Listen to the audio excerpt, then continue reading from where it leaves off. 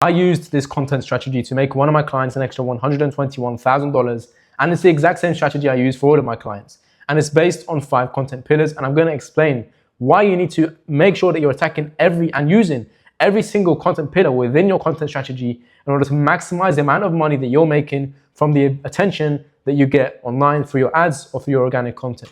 So let me just get straight into it. You see, when most people think of content, they think of giving value. And whereas, yes, giving value is great and is part of the content ecosystem and part of the content strategy, it's only one of the 5 pillars. So if you're only laser focused on one of the content pillars and you're missing out on the other 4, then you're clearly going to leave money on the table, because each content pillar moves a different type of person, or let's just say there's different reasons why people do or they don't invest with you.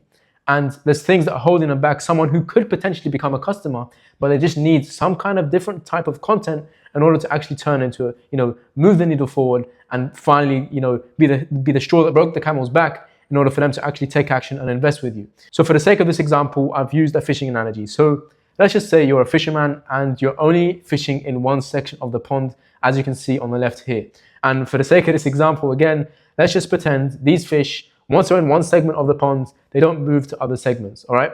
So if you're a fisherman only fishing in one segment of the pond, you're leaving 80% of the market, 80% of the fish that you could potentially, catch and make money from, because you're only attacking one segment. And it's the exact same concept with your content strategy. If you're not using all content pillars within your content, then you are leaving segments of the market that need a specific type of content in order to become a client and in order to convert. And obviously it's not as simple as the fishing analogy itself, in the sense that it's a bit more dynamic. Obviously people move from different parts of the market. They might need different types of the content from the different pillars in order to actually turn into clients. So the first one, obviously educational content. I'm not even going to bother going into that. You all know what that is. But the next thing, I really want to talk about, because people don't do this enough, and even when they do it, they don't do it properly, is the next segment is relatable content. Sometimes people can see that you're an authority, they can see all the value you're putting out, and they like all the value you're putting out, but they just don't relate to you. And for that reason, because they don't relate to you, they just don't feel like you're someone who understands their situation, and they don't feel like you can actually help them achieve the result they want. Yeah, so when you don't do relatable content, when people don't relate to you, they're going to feel like you can't actually help them because you don't understand them. It's as simple as that. So when you firstly, obviously to do that, you need to understand what your ICP is, what they're going through, what their thoughts are, what they're struggling with, and the exact daily life and thoughts and everything that they're going through, in order to actually mirror that and talk about that in your content, so that they can see that you actually understand them and that you are in a position to actually help them. And the next type of content that I want to cover is the belief shifting content. Sometimes it's just someone's limiting belief that is holding them back from taking action. And obviously you need to understand these beliefs first, but if you understand them and you're not even making content about them, then those beliefs are going to always hold them back. So regardless of how much educational content, regardless of how much relatable content you put out there, they still have this belief that is limiting them, that is holding them back from taking action.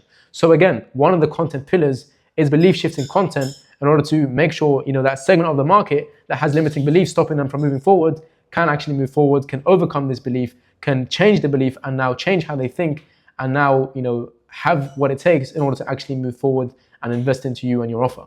And the next type of content is aspirational and identity content. People don't have to necessarily be struggling to invest into an offer and to take action.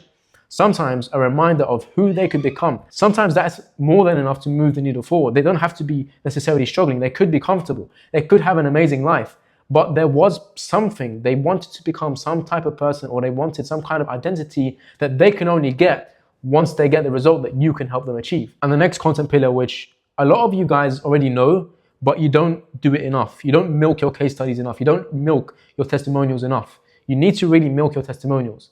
And the reason for that is because nothing beats proof.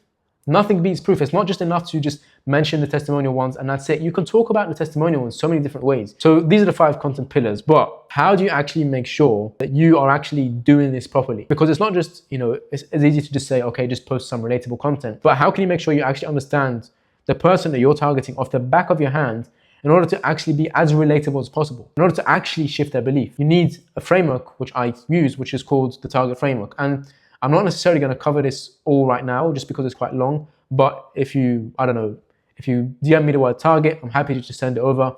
But yeah, it's essentially, it goes really deep. And if you think about an onion, the onion has multiple layers. The more layers that you peel, the closer you get to the actual core. And the closer you are to the core, the more likely you are to actually find the real reasons and the real things that are going to make people move forward and take action.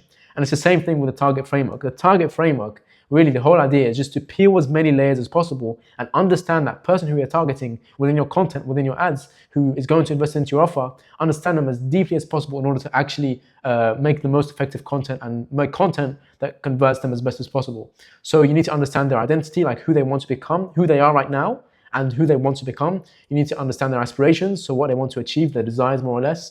The roadblocks, so the things stopping them from actually moving forward and moving the needle forward, whether that's knowledge, whether that's beliefs, whatever those things are. Given attempts, you need to understand what they've tried in the past, because you need to talk about those things, and that's going to help you in the relatable content aspect, because they're going to see, okay, this person knows what I've been through. This person knows I've tried this person knows I've tried that. And obviously that's going to help within the content strategy, within the different content pillars. And the last one is emotional drivers. There are different emotions that people experience, and when they experience them more, they're more likely to actually take action. And again, I'm not going to cover all of this because I've literally made a video about this before and it took about 20 minutes.